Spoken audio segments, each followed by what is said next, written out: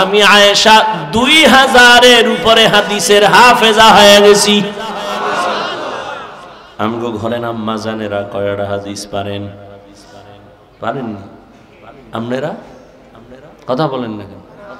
একটাও না। কেমনে আহলে হাদিস দাবি করেন?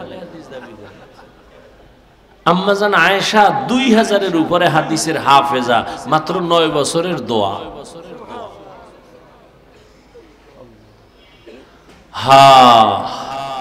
ওই যে বাদশাহ হারুন রশিদের নাম বললাম, জানেননি তার স্ত্রীর নাম কি? জানেন না?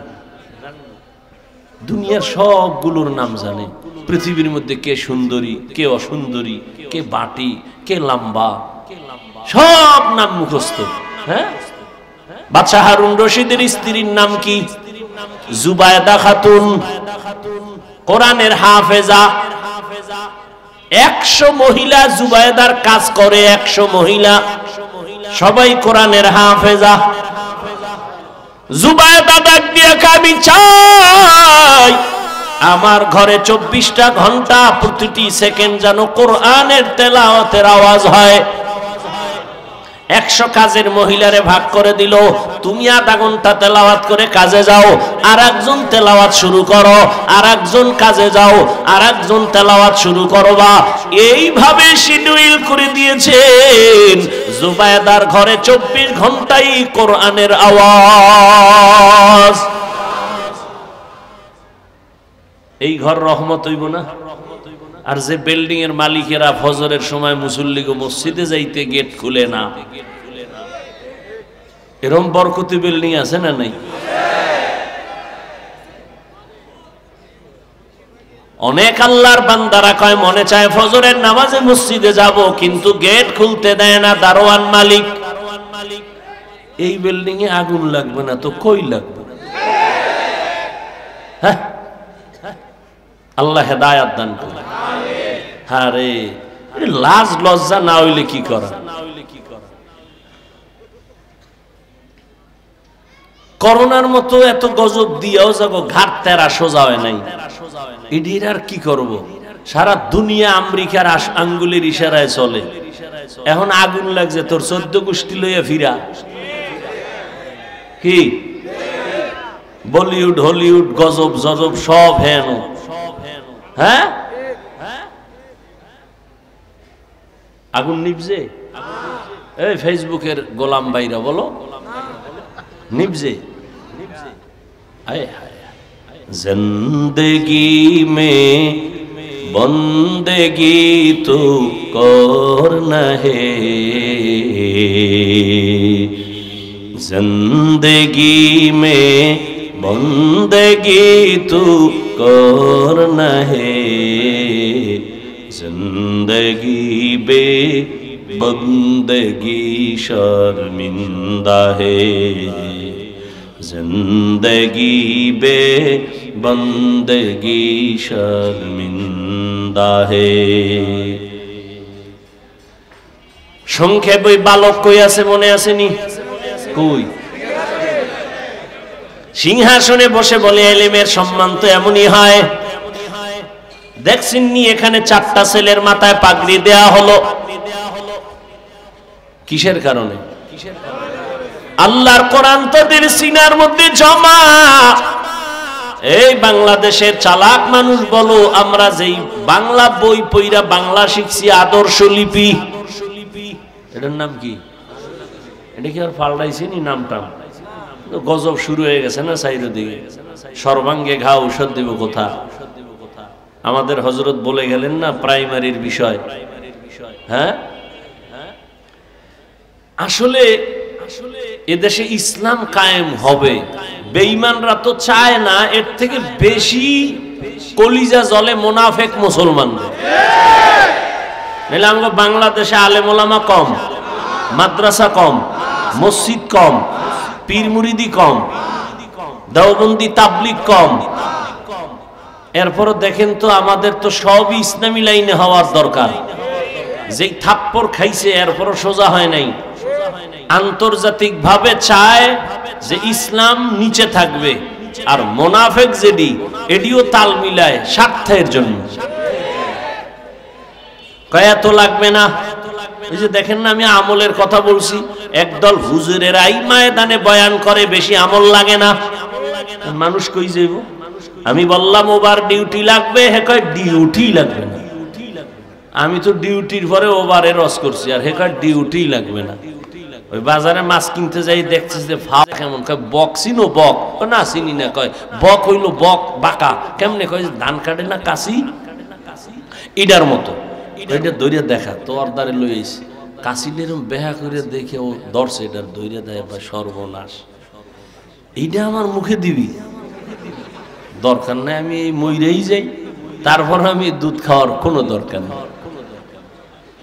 ইহা হাম সব মুসাফির হ্যায়, কবর আখের ঠিকানা, कोई आगे रवाना है कोई पीछे रवाना। এরে আল্লাহর বান্দারা, 9 বছরের বালক বসে বলে ইলমের সম্মান তো এমনই হয়। আল্লাহর কোরআন অন্তরে ঢুকাও রে মুমিন। আল্লাহর কোরআন পড়লে যেই বরকত হবে, যারা এই কোরআন ওয়ালাকে মোহাব্বত করবে তারাও সে বরকত পাবে। এবার 9 বছরের বালক কয়, আপনার প্রশ্ন কি? বলে আমার প্রশ্ন, আমি বাদশা হারুন রশিদ জান্নাতি না জাহান্নামী বলো। কয় বলার আগে আমাকে বলেন, এই বাদশা, আপনার জীবনে এমন কোন সুযোগ ছিল নি চাইলেই জেনা করতে পারবেন, কিন্তু আল্লাহর আযাবের ভয় আপনি জেনা করেন নাই? সুন্দরী সুন্দরী মেয়ে সামনে ছিল, চোখের জেনা, হাতের জেনা, অন্তরের জেনা করতে পারতেন, কিন্তু আল্লাহর আযাবের ভয়ে অন্যায় করেন নাই। বাদশা হারুন রশিদ বলে এরকম একবার না শতবার হয়েছে। একটা সুন্দরী মেয়ে, কত সুন্দরী, বিশ্ব সুন্দরী আমার সামনে দাঁড়ায়, আমি সুযোগ ছিল চাইলে জেনা করতে পারতাম, কিন্তু আল্লাহর শুকর, আল্লাহর আদালতে দাঁড়াইয়া হিসাব দেওয়ার ভয় আমি চোখের জেনা করি নাই, কানের জেনা করি নাই, অন্তরের জেনা করি নাই।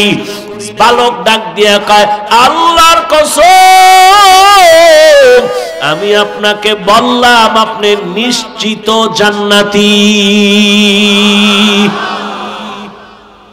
এরে যুবক, ও যুবতী বোনেরা, ও পর্দার আড়ালের মা, ঘরের মধ্যে দরওয়াজা জানালা বন্ধ করে মোবাইল একটা হাতের মধ্যে নিয়ে সারা রাত জেনা চলে। জেনা, চোখের জেনা, কানের জেনা, জবানের জেনা, অন্তরের জেনা, পুরা ঘরটা রুমে রুমে জেনা। এক রুমে ছেলে ঘুমায়, মোবাইলে জেনা।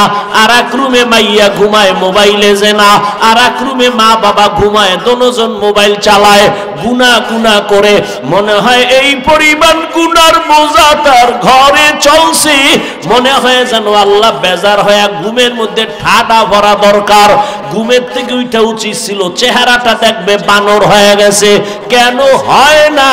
মুহাম্মদের উম্মত হওয়ার কারণে হয় না, নাইলে ঠাডা পড়তো, চেহারা শুকর হয়ে যায়। রুমে রুমে জেনা, চেহারা নষ্ট। গাছ ভালো হলে ফল ভালো হবে। একটা মা, একটা বাবা যদি চিন্তা করতো, যারে আমি যত অন্যায় করব এর একটা রিয়াকশন গিয়া সন্তানের মধ্যে ঢুকবে। গাছ আম, আম গাছে কি কোনোদিন কাঁঠাল হবে? তো দুশ্চরিত্র মা বাবার গর্বে তো কোনোদিন আনোয়ার শাহ কাশ্মীরি আসবে না, খাজা মঈনুদ্দিন চিশতি আসবে না। খাজা মঈনুদ্দিন চিশতি মদিনাতুল মুনাওয়ারা থেকে ভারতে আসলেন কালেমার দাওয়াত দেওয়ার জন্য। খাজা মঈনুদ্দিন ভারতে ঘুরে ঘুরে ঘুরে কালেমার দাওয়াত দেয়। লক্ষ লক্ষ লক্ষ লক্ষ বিধর্মী তার হাতে কালেমা পড়ে মুসলমান। খাজা মঈনুদ্দিন আনন্দিত হইয়া মায়ের কাছে গেলেন। মা কয়, এত আনন্দিত কেন? কয়, মা আমার হাতে বহু বিধর্মী কালেমা পড়েছে। মা কয়, তাতে তোর কি? সব অবদান তো আমি মায়ের। মঈনুদ্দিন ডাক দিয়া, কামা তোমার? বলে হ্যাঁ। বলে কেমনে? সাথে সাথে খাজা মঈনুদ্দিনের মা চোখের পানি ছেড়ে দিলেন। চোখের পানি ছেড়ে কান্না করে, বাবা তুই আমার গর্বে যেদিন আসছো, আল্লাহর কসম ওই দিন থেকে আমি রাতের বেলা 1 সেকেন্ডও ঘুমাই নাই। আমি রাতের গভীরে ওযু বানাইয়া জায়নামাজে বিছাইয়া সেজদায় পড়ে শুধু কান্না করেছি আর বলেছি, আরশে আজিমের মালিক, আমার গর্বের সন্তানটা তুমি তোমার ওলি হিসাবে কবুল করিও। মায়ের দোয়া তো বৃথা যাবে না, চোখের পানি খালি যাবে না। ও ঢাকার মুসলমানের যুবক,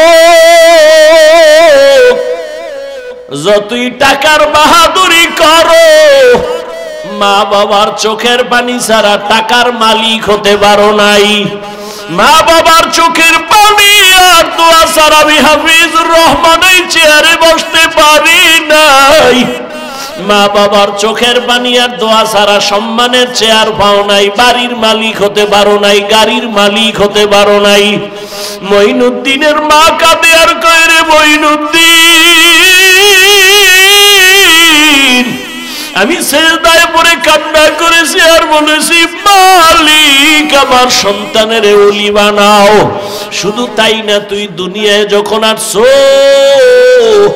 আমি তোরে যতদিন দুধ পান করাইছি, আল্লাহর কসম আমি মা তোরে যতদিন দুগ্ধ পান করাইছি, 1 ফোঁটা দুধ আমি মা তোর মুখে বিনা ওযুতে দেই নাই। ও এলাকার মা বোনেরা, ও বাবাজিরা, এমন মায়ের সন্তান কেন আল্লাহওয়ালা হবে না? এই দুনিয়ায় যত ভালো সন্তান আসছে মায়ের অবদানের কারণে। ও পর্দার আড়ালের আম্মা জান, আপনার সন্তানটারে ডাক্তার বানান, বাধা নাই, ইঞ্জিনিয়ার বানাবেন, বাধা নাই, বেয়াদব বানাইয়েন না। আপনার সন্তানের ব্যবহারে যেন মা বাবা কষ্ট না পায়, আলেম কষ্ট না পায়, শিক্ষক কষ্ট না পায়, প্রতিবেশী কষ্ট না পায়। ডাক্তার হলো সন্তান ধন্য, আদোবালা যদি ইঞ্জিনিয়ার বানান জীবন ধন্য, আদোবালা যদি প্রফেসর বানায় যাইতে পারেন সন্তানের জীবন ধন্য। আপনি মাও কবরে শান্তি পাবেন। ওই বালক ডাক দিয়া বলে, বাদশাহ হারুন রশিদ, আমি চ্যালেঞ্জ দিলাম, আপনি নিশ্চিত জান্নাতি। সব আলেমরা দাঁড়ায় গেল, আমরা কেউ বলতে পারি না জান্নাতি। তুমি 9 বছরের বালক, কেমনে বলছো বাদশাহ হারুন রশিদ জান্নাতি? বলে, আল্লাহর কোরআনের আয়াত দিয়া দলিল দেই, শুনো। কোরআনের আয়াতের দলিল, ওয়া আম্মা মান খাফা মাকাম রাব্বিহি ওয়া নাহান নাফসা আনিল হাওয়া ফাইন্নাল জান্নাতা হিয়াল মাওয়া। আল্লাহর আদালতে দাঁড়াইয়া হিসাব দেওয়ার ভয় যারা নিজের গুনাহ থেকে বাঁচাবে, আল্লাহ ওয়াদা করেছেন আমি তাকে বিনা হিসাবে জান্নাত দিব। দলিল দিয়ে দিলেন। এই বালক তো সাধারণ বালক না, আলেম। থেমে গেল। এই বালকের ছোট মনে করে কি হবে? এর মর্যাদা অনেক, এর কলবের পাওয়ার বেশি, এর উপরে আল্লাহর আলাদা রহমত। এই রহমত কেন আসছে? হয়তো মায়ের নজর লাগছে, বাবার নজর লাগছে, আল্লাহওয়ালার নজর লাগছে। এই বালক তো সাধারণ বালক না, সারা দুনিয়াতে আজও যার নাম স্মরণ করে অন্তর ভরে চলে এই 4 মাযহাবের এক ইমাম, ইমাম শাফিঈ রাহমাতুল্লাহি আলাইহি। এই বালককে ইমাম শাফিঈ রাহমাতুল্লাহি আলাইহি কত বড় আল্লাহর ওলি, সারা দুনিয়াতে তার মাযহাব মাননেওয়ালার অভাব নাই। এর নবীর উম্মতের দলের যুবক, তুমি মাদ্রাসায় পড়ো না, আমার কোনো বাধা নাই। টুপি পরো না, বাধা নাই। তোমাকে জোর করে বলি নাই মাদ্রাসায় যাও। দাড়ি লাগাইয়া তসবিহ পরে পাগড়ি পরো বলি নাই। বড় আমি বলছি তুমি ডাক্তার হও, ইঞ্জিনিয়ার হও, চাকরিজীবী হও, ব্যবসায়ী হও, কিন্তু বেয়াদব হইবা না।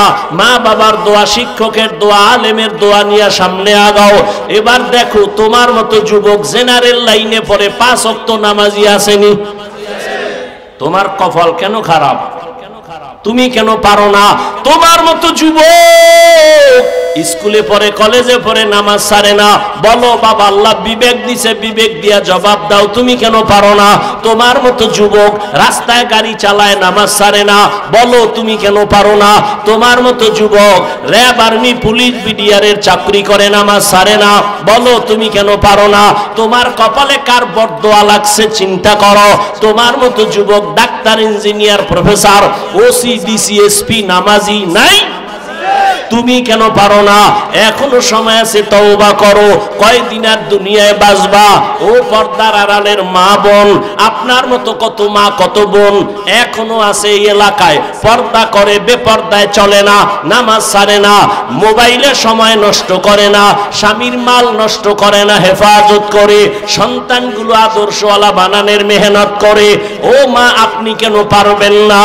এখনো সময় আছে, তওবা করেন। আল্লাহর আযাবের ভয় অন্তরে জমা করিয়া আল্লাহর কাছে তওবা করেন। আর বেপরদায় চলবেন না, আর নামাজ ছাড়বেন না, স্বামীর মাল খেয়ানত করবেন না, মোবাইলে সময় নষ্ট করবেন না। ও আমার কলিজার যুবক, এখনো সময় আছে, তওবা করো। মনেরে বুঝাইয়া রে মন, আমার মতো যুবক জেনারেল লাইনে থাইকে যদি নামাজ পড়ে, আমি কেন পারবো না? আজকে থেকে তওবা করলাম। জীবনে তো কম নামাজ ছাড়ো নাই, জীবনে দাড়ি তো কম কাটো নাই। মনে মনে আল্লাহকে বলো, হে আল্লাহ, অন্যায় তো জীবনে অনেক করেছি, আজকে থেকে তওবা করলাম, আর দাড়ি কাটবো না, নামাজ ছাড়বো না, বেপরদায় চলবো না, মা বাবাকে কষ্ট দিব না, শিক্ষকের দোয়া নিয়া, ওলামায়ে কেরামের নেক নজর নিয়া, নবীজির তরিকা মেনে চলবো, আদর্শ মেনে চলবো। তওবার নিয়ত যদি হয়, মুনাফিকি না থাকে, খাঁটি তওবার নিয়ত যাদের আছে, দুটো হাত আমার আল্লাহকে দেখায়া দাও। আয় আল্লাহ, হাতগুলো কবুল করে নেন, তওবা কবুল করে নেন, তওবার উপরে মজবুত হইয়া চলার মতো তৌফিক দান করেন, আমিন। আলহামদুলিল্লাহি রাব্বিল আলামিন, ওয়াসসালাতু ওয়াসসালামু আলা